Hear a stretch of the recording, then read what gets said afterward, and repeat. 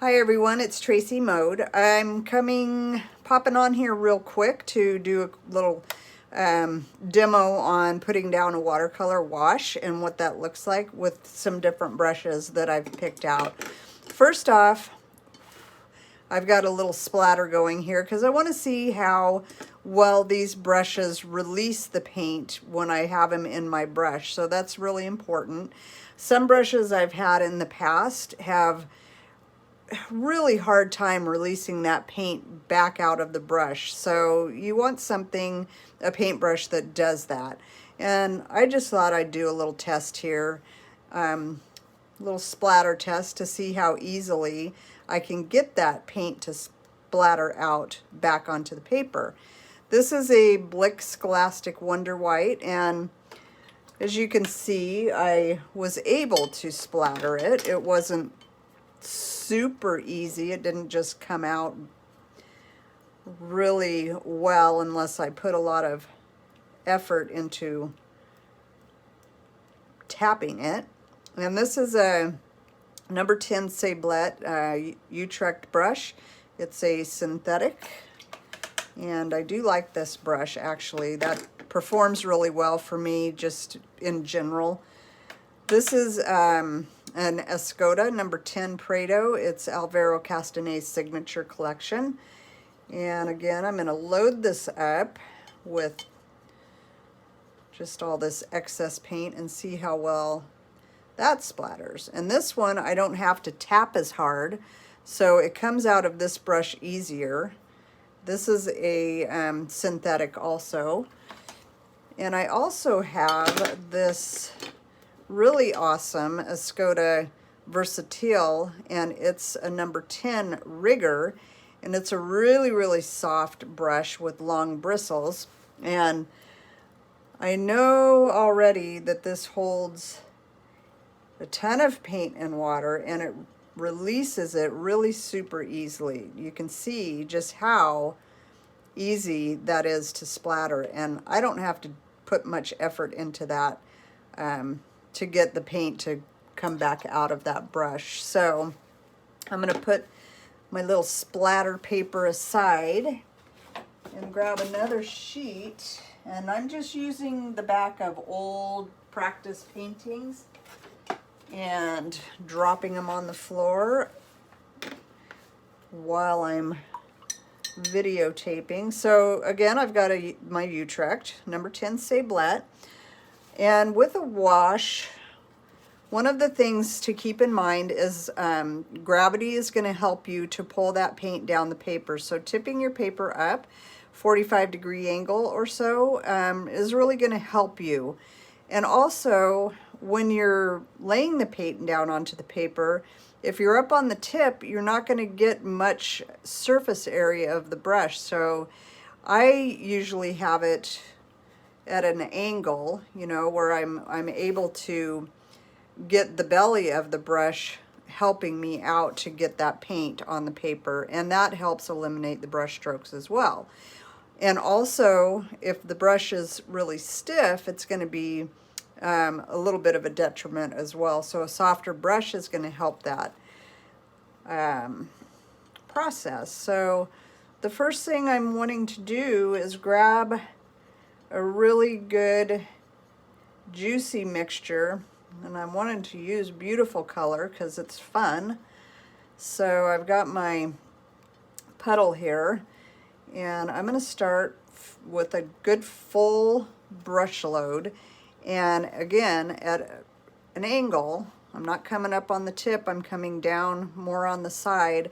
I want to start my stroke, and the first thing to remember is I want it really juicy. I don't want it too dry or it's not going to work very well. So what I'm looking for is this bead of paint, and that is where I want to come below that, or just on the very top of it, and tipping my paper down. I'm dragging that again more, and I'm holding this is just the way I hold my brush when I'm doing a wash like this, and I'm coming right on the top or just a little below and bringing that bead down the paper. Now, if I wanted a graded wash at this point, I would rinse my brush of the color and come in the bottom here with water. And if I want it to fade out even more, I rinse the color off and come below it, and so on. Rinse that color off and come down until I see it disappear to the degree that I want it to. So now I've done a nice smooth wash and going into a graded wash as well. And this was my number 10 Utrecht, which I really love. So let's try that.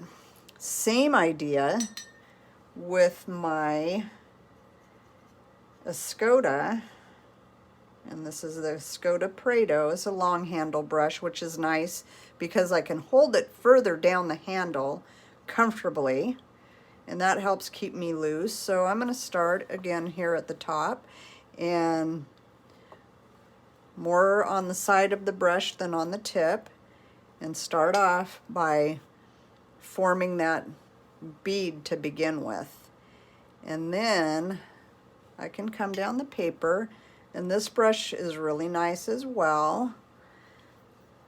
It holds a good amount of paint and water and releases it nicely. Same idea, I'm going to rinse my brush, come in with clear water, rinse again, dab off a little of the excess, and continue down the paper until it's disappeared, faded to the degree that I want it to, and then I'll soak up that excess water at the bottom. All right, so that's the Escoda Prado number 10. Let's go to this guy. This is my Wonder Bright number 8. I'm gonna pick up my paint and start down the paper, but not until I make sure I've got a nice wet start where I've got my bead forming. So these all are performing pretty well. Nothing wrong with them. For small areas, you can get a nice smooth wash with any of those. This is, again, more intended for acrylic. And isn't that nice how that just flows right into the water?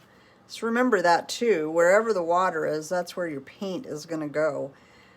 So there's 3, and there was a little mistake where I got the tip of my brush touching too much, and I've got a little line in there, so that wasn't as smooth as it could have been. Now, this is my favorite brush for doing large areas. And I'm going to do this whole area right here with my Escoda Versatil number 10 Rigger. And I'm going to get some of this beautiful color here. And actually, while I'm doing this, I'm going to get some of this ready to go. This is Quinacridone Violet, I believe. And I'm going to show you, we did here a graded wash, a flat wash, and then going into a graded wash. Here, I'm going to grade my wash into a different color.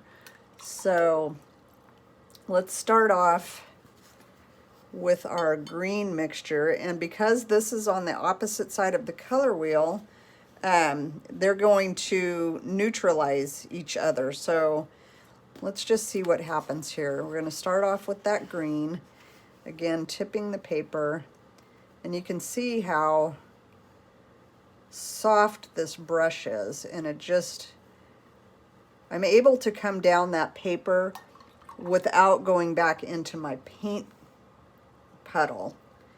And now to grade it into a different color, I've still got my bead here, so I'm just going to add my wet red, Quinacridone Violet, excuse me, and continue down the paper with a different color. rinse that again, and then I want to fade it out. Oh, nope. What am I doing? I was going back into the puddle. And then I splattered in there. That's pretty cool too, though. And then I want that to just fade and disappear.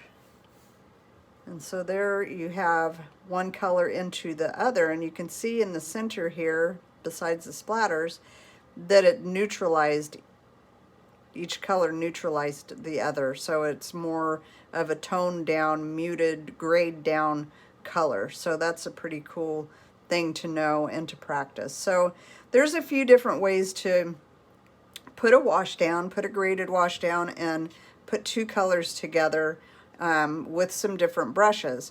So remember to use more of the side of your brush as you're doing this, rather than being up on the tip. You want your more of the surface of your brush touching the paper, and that's kind of cool.